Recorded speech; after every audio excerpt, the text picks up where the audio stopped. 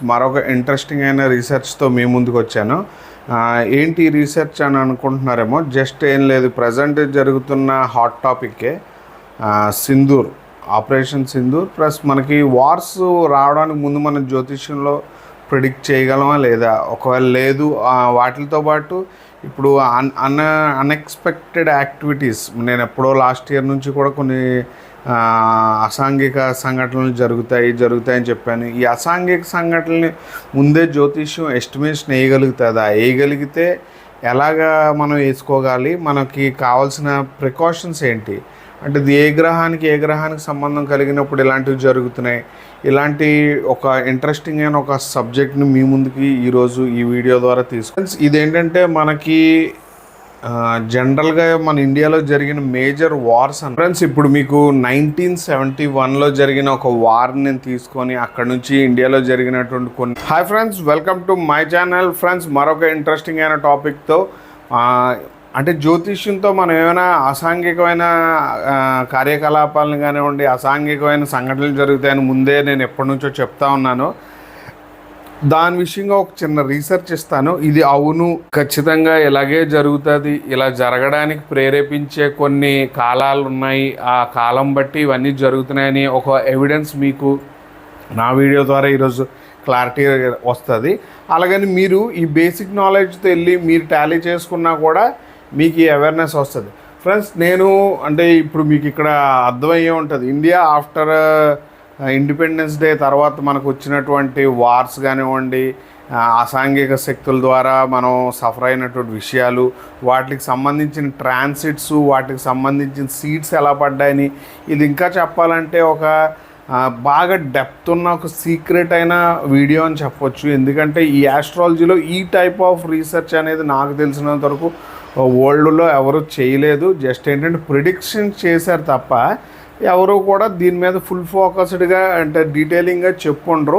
అందులో చాలా రకాలుగా, అంటే నేను మీకు చెప్పాను కదా, ఒక విషయం జరిగేటప్పుడు కార్యానికి కారణమైన సంబంధాలని, డేట్స్, నెంబర్సు, దాని తర్వాత ఏంటంటే గ్రహస్థితులు ఎలాగా ఇదయ్యాయని మీకు సరదాగా ఇప్పుడు ఈ టాపిక్ కూడా నేను పెట్టడానికి గల కారణం ఏంటంటే, యాక్చువల్గా నేనేంటంటే ఇండియాలో జరిగినటువంటి వార్స్ ప్లస్ ఇల్లీగల్ యాక్టివిటీస్ మీద జరిగినటువంటి సడన్ అటాక్స్, వాటిని నేను ఒక ఆస్ట్రాలజర్గా నా రీసెర్చ్లో ఎలాగ నేను ఫైండ్ అవుట్ చేశాను. ఇది నేను లాస్ట్ ఇయర్ నుంచి చించుకుంటూనే ఉన్నాను. పలానా విషయాలు జరుగుతాయి, దానికి సంబంధించిన ఒక ఇన్స్టెంట్గా జరిగిన డేట్స్, అంటే ఇలాంటి సంఘటనలు జరిగిన డేట్స్లో నేను చార్ట్స్ వేసాను. చార్ట్స్ వేయడానికి ముందు ఒక 1 or 2 years, 1 year ముందు కూడా దానికి సంబంధించిన యాక్టివిటీస్ ఏ కారణంతో ఏ గ్రహస్థితి వల్ల జరిగాయి అనేది మీకు డీటెయిల్గా ఎక్స్ప్లెయిన్ చేస్తాను. ఫ్రెండ్స్, ఇది 1971లో జరిగినటువంటి వార్ది ఇది. అంటే ఆ రోజు ఉన్న గ్రహస్థితి కోసం నేను చెప్పడానికి, ఎప్పుడైనా ఒకటి గుర్తుపెట్టుకోండి ఫ్రెండ్స్, మనం ఎప్పుడూ కూడా గురువు శని యొక్క కదలికల మీద మాత్రమే ఎక్కువ ఫోకస్ చేయాల్సి ఉంటుంది. ఎందుకు అనుకుంటున్నారు, చాలామంది యుద్ధానికి కారణం కుజుడు, కుజుడు అంటారు. కుజుడు డమ్మీ అండి, ఎప్పుడైనా గుర్తుపెట్టుకోండి. కుజుడు అంటే డమ్మీ అంటే ఒక కమాండ్ లేనిదే ఏమీ చేయలేడు. ఒక సర్వ సైన్యాధిపతి ఉన్నాడు అనుకోండి, రాజు వచ్చి యుద్ధం చేయమంటేనే చెప్పగలుగుతాడు లేదా వర్క్ చేయగలుగుతాడు. అంటే శని కన్నా ఎక్కువ పని చేసేది, ప్రాణాలు అర్పించేది, తెగింపు ఉన్న వ్యక్తిగా మనం చెప్పొచ్చు అనమాట. అంటే ఇక్కడ కుజుడు నేను హెడ్లెస్ ప్లానెట్గా చెప్తాను. అంటే కేతుకి ఎలాగైతే బుర్ర ఉండదో, ఈయనకి బుర్ర ఉన్నప్పుడు కూడా వాడలేడు అనమాట. అంటే మీకు ఎప్పుడైనా కుజుడిని నేను వీరుడు కిందన పోలుస్తాను తప్ప, అంటే వీరుడు అంటే ఇప్పుడు చూడండి, మనం కోడి పందాల్లో కోడిని ఉసుగొలిపితే అవి ఎందుకు కొట్టుకుంటున్నాయో తెలియదు, అంటే అక్కడ ఏమి ఉండదు. సేమ్ అలాగే కుజుడిని మనం అంటే అగ్రెషన్కే చూడాలి తప్ప కుజుడు వీరుడు, సూర్యుడు, దూరుడు అన్నానికి ఏం లేదనమాట. ఎందుకు అనుకుంటున్నారు, కమాండ్ లేనిదే కుజుడు ఏమీ చేయడు. ఒక దొంగల విషయంలోనైనా అది కామన్. ఇప్పుడు మీరు దొంగలు, రౌడీ షీటర్స్ వీళ్ళు ఉన్న వాళ్ళకి ఒక కమాండ్స్ ఉంటాయి. కమాండ్ ఇచ్చే వ్యక్తులు, సంస్థలు, హెడ్స్, వాళ్ళ వెనకాదులు ఉండే బ్యాక్గ్రౌండ్ పర్సనాలిటీస్ని ఎప్పుడు కూడా సాటర్న్, జూపిటర్తో మాత్రమే చూడాలి. నేను పొలిటికల్ స్ట్రాటజీస్ ఎప్పుడు చెప్పినా కూడా ఈ 2 గ్రహాలను బేస్ చేస్తూ నా రీసెర్చ్ని అప్లై చేస్తూ చెప్తాను. ఫ్రెండ్స్, ఇక్కడ గుర్తుపెట్టుకోండి, శని యాక్చువల్గా ఇక్కడ అంటే ఫస్ట్లో అంటే ఇక్కడ మేష రాశిలో ఉన్నాడు. అంటే ఇక్కడ నుంచి మేషం నుంచి వృషభానికి వచ్చాడు. వృషభం శుక్రుడిల్లు. శని ఇక్కడ కృత్తికా నక్షత్రంలో ఉన్నాడు. ఇక్కడ నక్షత్ర పరివర్తన ఏర్పడింది. మళ్ళీ అలాంటి పరివర్తన అంటే గురువు శని యొక్క సంబంధం కలిగే ఒక నక్షత్ర పరివర్తన ఏర్పడింది. ఎలాగంటే రవి మనకి అనురాధ నక్షత్రంలో ఉన్నాడు, శని వచ్చేసి కృత్తికాలో ఉన్నాడు. అంటే ఇంకా కుజ సంబంధం, మేషదానికి సంబంధించిన సంబంధం తెగిపోలేదన్నమాట. మీరు గమనించినట్టయితే ఈ కుజుడు శని ఇక్కడ పరివర్తన యోగం చెందినట్టు. శని నక్షత్రంలోనే వచ్చేసి రవి, రవి నక్షత్రంలో వచ్చేసి కుజుడు. మీరు గమనించినట్టయితే ఇప్పుడు ఈ స్ట్రాటజీలో ఇప్పుడు గురువు కూడా కుజుడింట్లోనే ఉన్నాడు. ఇప్పుడు మీకు అర్థమై ఉంటుంది ఇక్కడ ఈ వార్ జరగడానికి గల మెయిన్ కారణం. ఎందుకనుకుంటున్నారు? కుజుడింట్లో అంటే కుజుడింట్లో ఎవరు వచ్చారు? కమాండ్ చేసే వ్యక్తి, అడ్వైజ్ చేసే వ్యక్తి, యుద్ధానికి కారణమైన వ్యక్తి అనమాట. మీకు ఈ గ్రహం ఎప్పుడైతే ఇలాంటి ప్లేసెస్కి వస్తుందో ఎవరో ఒకరు వీళ్ళు వెనకాతలు ఉన్న అడ్వైజ్ చేసే ఒక అడ్వైజరు ఒక డిస్టర్బెన్స్ కోసం మాత్రమే చేస్తారు. మీకు ఇప్పుడు చెప్పాను కదా, ఇలాగ బిహేవ్ చేశాడు అనుకోండి జూపిటర్, ఏది నేను ఇప్పుడు కుజుడికి చెప్పిన లక్షణంగా గురువు శనులు బిహేవ్ చేశారనుకోండి, కంపల్సరీగా అసాంఘికమైనవి, చారిత్రాత్మకమైన యుద్ధాలు, విస్ఫోటనాలు, లేకపోతే అసాంఘికమైన యుద్ధాలు అంటే వెపన్స్ని మిస్యూటిలైజ్ చేసే విధానం అనమాట. శనిను గురువు ఎప్పుడు కలిసినా కుజ సంబంధం కలిగిన ఇది ఫస్ట్ ఎగ్జాంపుల్ చార్ట్. అలాగే మీకు ఒక సెకండ్ ఎగ్జాంపుల్ కూడా చూపిస్తాను. అది మీకు 1971లో జరిగింది. మనకి 1999లో కార్గిల్ వార్ అయింది. కార్గిల్ వార్ కూడా మీకు ఐడియా ఉండే ఉంటుంది. కార్గిల్ వార్ కూడా చాలా ప్రెస్టీజియస్గా జరిగింది మన ఇండియాలో. మనకు ఎంత ఇది జరిగిందో మీకు ఒక ఐడియా ఉంది. మీరు అప్పుడు గమనించినట్టయితే ఇదిగో అదే మేషంలో పడ్డాడు, రవితో ఉన్నాడు. ఈ వార్ డేట్ కూడా నేను తీసుకొని వేసాను. May 3 స్టార్ట్ అయింది. రవితో శని ఎప్పుడైతే ఇదయ్యాడో. కానీ ఇక్కడ మీరు ఒక గమనించాల్సిన విషయం ఒకటి ఉంది. ఏంటి ఆ విషయం అనుకుంటున్నారేమో. మీకు జనరల్గా గురువు మళ్ళీ తన స్వక్షేత్రంలో ఉన్నాడు. గురువు మీకు చెప్పాను కదా, ఎప్పుడైతే మీకు కనెక్టివిటీస్ కుదురుతాయి, నవమ దృష్టి ఎప్పుడైతే మీకు మళ్ళీ వృశ్చికం మీద పడిందో, అలాగంటే నేను ఇక్కడ మీకు ఇంకోటి చెప్పాలి. బుధ నక్షత్రాలు కూడా, బుధుడు కూడా మెయిన్ కీ రోల్ ప్లే చేస్తాడండి. బుధ నక్షత్రాలు మేషం కుజుడికి సంబంధించిన విషయాలు ఎప్పుడైతే యాక్టివ్ అవుతాయో యుద్ధాలకు కారణాలు అవుతాయి. ఇప్పుడు గురువు చూసారనుకోండి, ఇక్కడ బుధుడితో ఉన్నాడు. మీకు మొన్న కూడా మన 2000 ఇప్పుడు జరుగుతున్న ఆపరేషన్ సింధూర్ టైంలో కూడా ఈ నీచావస్థలోనే జరిగింది. మీరు గమనించవచ్చు. అంటే బుధ గురువులు ఎప్పుడైతే కలిసి ఉన్నారో యుద్ధమే. అలాగే శని లేకపోతే ఈ కుజుడికి ఈ రెండు గ్రహాలు ఎప్పుడైనా సంబంధం ఏర్పరిచినా కూడా యుద్ధాలు జరుగుతాయి. మీకు ప్రాణప్రతిష్ఠ టైంలో కూడా మీకు పరివర్తన యోగం ఉంది. ఎలాంటి పరివర్తన అనుకుంటారు? ఇక్కడ కుజుడు ఇక్కడ ఉన్నారు, అది పరివర్తన యోగం అయింది. ఇప్పుడు మీరు గమనించినట్టయితే ఇక్కడ సేమ్ బుధుడు గురువు కలిసి ఉండడం, ప్లస్ ఇక్కడ మేషంతో శని యొక్క సంబంధం ఏర్పడడం. మీకు ఇంకా సింపుల్గా చెప్పాలంటే నవమ దృష్టి మళ్ళీ వృశ్చికం మీద పడింది. అలాగే శని యొక్క దశమ దృష్టి కేతువు మీద పడింది మీరు గమనించినట్టయితే. అలాగే శని యొక్క 3వ దృష్టి బుధుడి మీద పడింది. మీకు అన్నాను కదా, బుధుడి సంబంధం కూడా కంపల్సరీ కావాలి. ఇప్పుడు కుజుడు ఎక్కడున్నాడు? మనకి ఇక్కడ శుక్రుడింట్లో న్యూట్రల్ అయి ఉన్నాడు, అంటే తులాలో. అండ్ సత్సంబంధాలకు సంబంధించి నేను ఎప్పుడు కుజుడిని ఎందుకు తీసుకోవట్లేదు, యుద్ధాలకు మీకు అర్థమయ్యే ఉంటుంది. యుద్ధంలో లాస్ రావాలంటే విజయాలు, లాస్లు వాటిని మనం కుజుడితో కన్సల్ట్ చేస్తాను. యుద్ధానికి కారణం, యుద్ధానికి అవతల నుంచి కానివ్వండి, మన సైడ్ నుంచి కానీ వెపన్స్ అనేవి డిస్ట్రాయ్ అవ్వడానికి కారణం ఏంటంటే గురువు, శని, బుధుడు కంపల్సరీగా మనం చూసుకోవాలి. ఇప్పుడు మీకు ఇక్కడ కాంబినేషన్ అర్థమై ఉంటుంది. గురువు, బుధుడు, శని. అంటే ఇందాకల చార్ట్కి ఇప్పుడు చార్ట్కి మీకున్న వ్యత్యాసం కూడా అర్థమై ఉంటుంది. ఇందాకల చార్ట్లో కూడా మీకు బుధుడు కోసం చెప్పడం మర్చిపోయాను. ఇప్పుడు మీరు గమనించినట్టు బుధుడు ఎక్కడ ఉన్నాడండి, మళ్ళీ గురువు ఇంట్లోనే ఉన్నాడు. అంటే ఇక్కడ కూడా సంబంధం మీకు సరిపోయింది ఈ డేట్లో. ఇది అన్నీ కూడా యుద్ధం జరిగిన డేట్సే తీసుకొని చెప్తున్నాను. ఇప్పుడు 1999 కూడా మీరు కార్గిల్ వార్ చూశారు కదా. కార్గిల్ వార్ ఏంటి, గురు బుధుల సంబంధం కలిగింది. బుధుడు మళ్ళీ గురువు ఇంట్లో ఉన్నాడు. అలాగే శని వచ్చేసి మేషానికి సంబంధం కలిగి ఉన్నాడు. గురువు యొక్క నవమ దృష్టి వృశ్చికం మీద ఉంది. ఇప్పుడు థర్డ్ ప్యాటర్న్, ఇప్పుడు థర్డ్ వార్ మనకి ముంబైలో జరిగినటువంటి 26/11/2008 ఈ అటాక్లోని మీకు బాగా ఇక్కడ కూడా మళ్ళీ సత్సంబంధాలు చూసుకోండి. ఇది మీకు సింపుల్గా ఎలా చెప్పాలంటే గురువు ధనుసు రాశిలో ఉన్నాడు, శని వచ్చేసి మనకి ఎక్కడ రవింట్లో అదే లియో సింహరాశిలో ఉన్నాడు.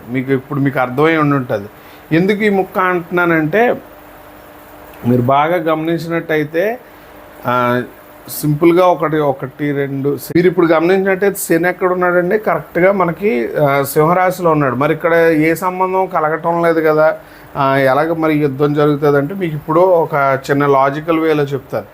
ఇప్పుడు ఈ శని ఉన్న నక్షత్రం వచ్చేసి శుక్ర నక్షత్రం. ఈ శుక్రుడు ఇక్కడ ఎప్పుడైతే ఉన్నాడో మీరు గమనించవచ్చు.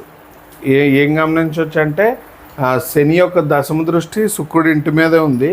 ఈ నక్షత్రాధిపతి గురువుతో ఉన్నాడు, ప్లస్ గురువు వచ్చేసి మళ్ళీ ధనుసు రాశిలో ఉన్నాడు. అంటే గురువు శుభగ్రహం కదా, మరి ఎప్పుడు యుద్ధాలను ఎలా ప్రేరేపిస్తున్నాడని మీరు ఆలోచించవచ్చు. బట్ మీరు ఆలోచించడానికి ఏం లేదు. ఇది మీకు సింపుల్గా ఒక విషయంగా చెప్పాలంటే, ఈ అటాక్ జరిగిన రోజు మీరు బాగా గమనించినట్టయితే హోటల్ని ఎందుకు ఎంచుకున్నారు అని అనుకోండి. హోటల్ని ఎలా ఎంచుకుంటారు? హోటల్ కారణం ఎవడు? గురువు, చంద్రుడు, శుక్రుడు. నేను వీళ్ళు ముగ్గురినే హోటల్ ఇండస్ట్రీకి అంటే సర్వీస్ ఇండస్ట్రీకి చూస్తాను.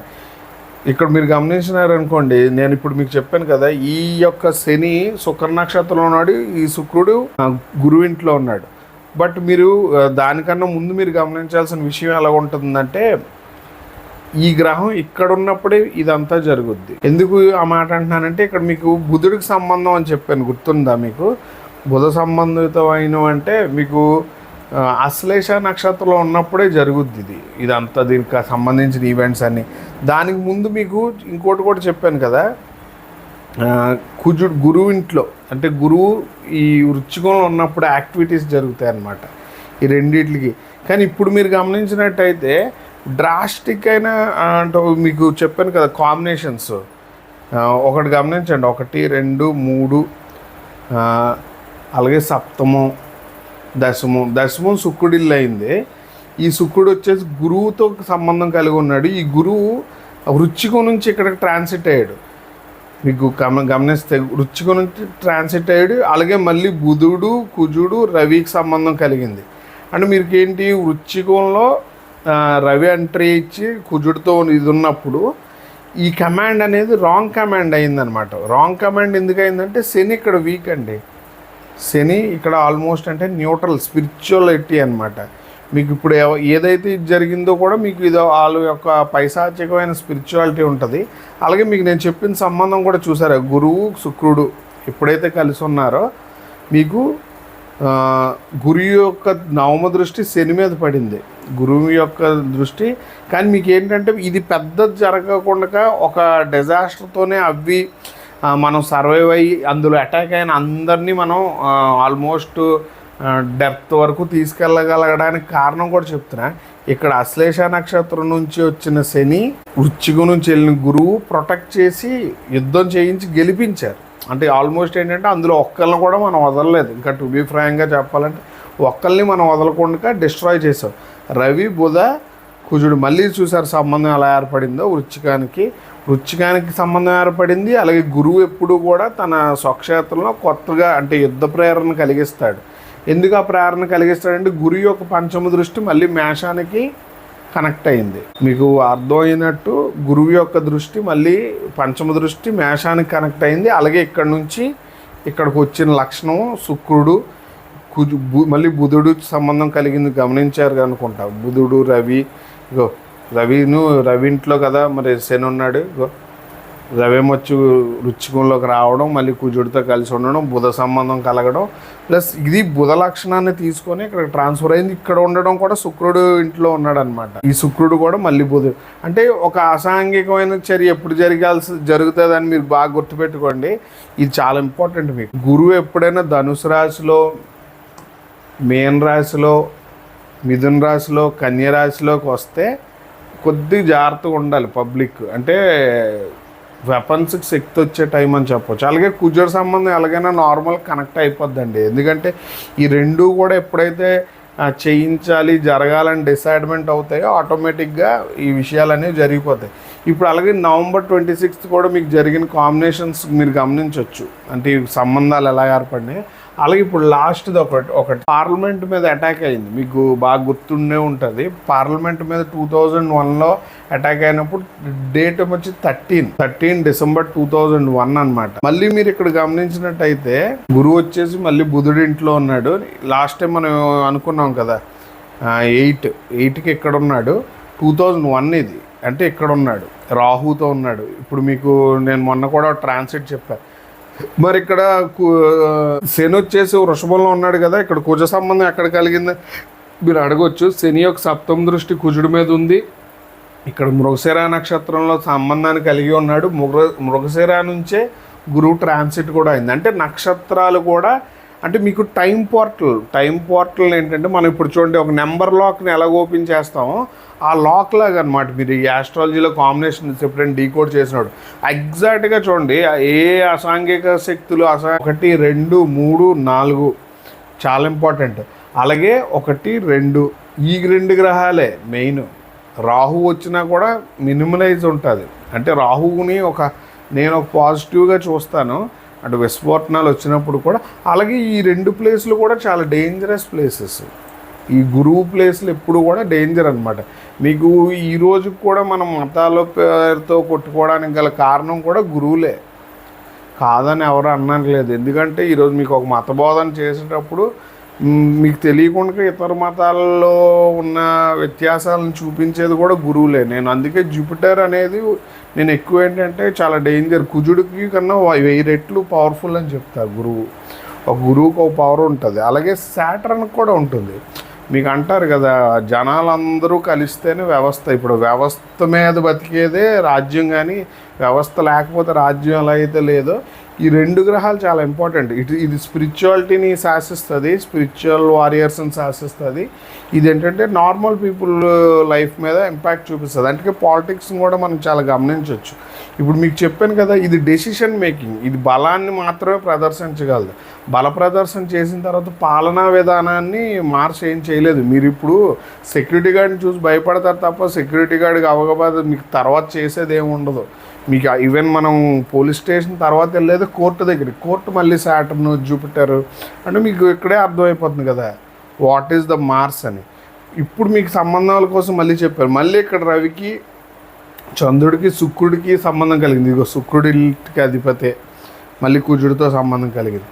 ఇప్పుడు అలాగే గురువు ఇంట్లో మీకు సంబంధం మళ్ళీ బుధుడికి కలిగింది. నేను ఇప్పుడు కూడా ఈ ట్రాన్సిట్లోనే ఉంది. ఇది మీకు వార్ జరిగింది, ఇవన్నీ కూడా మృగశిర నక్షత్రానికి సంబంధం కలిగినప్పుడు. లాస్ట్ టైం మనం దాన్ని ఏమంటారు ప్రాణప్రతిష్ఠ టైంలో గురువు ఇక్కడే ఉన్నాడు, పరివర్తన యోగం చెందితే ఇక్కడే ఉన్నాడు. ప్లస్ సేమ్ అప్పటికి కూడా యుద్ధ వాతావరణం ఇండియా చుట్టూ ఉంది.